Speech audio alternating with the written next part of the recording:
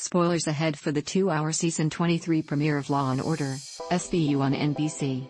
Another season of Law and Order, SVU has begun, but it wasn't back to business as usual for the unit, and not just because Benson sustained a serious injury.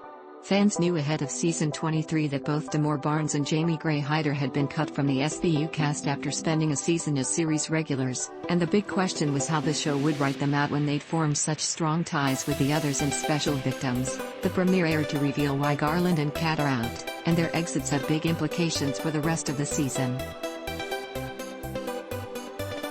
So, as we look ahead to the future as Law and Order, SVU quickly approaches the milestone 500th episode, let's take a look at how SVU said goodbye to Kat and Garland and what it means for what comes next. How Law and Order, SVU handled Kat's departure. SVU nearly lost Kat in a very permanent way after she took a bullet while the team was trying to find a teenage girl whose life was in danger. It didn't seem that serious at first, but she quickly got worse, and her heart actually stopped in the ambulance before she could be rushed into surgery.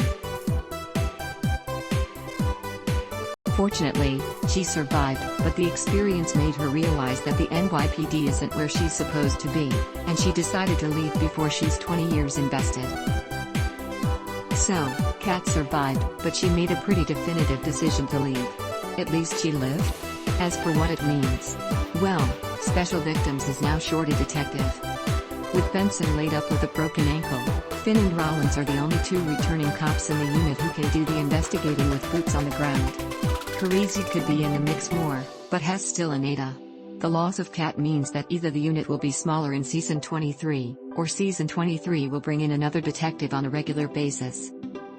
The premiere introduced Octavio Pisano as Detective Joe Velasco, who worked well with the team despite getting off to a rocky start, so he could be around more.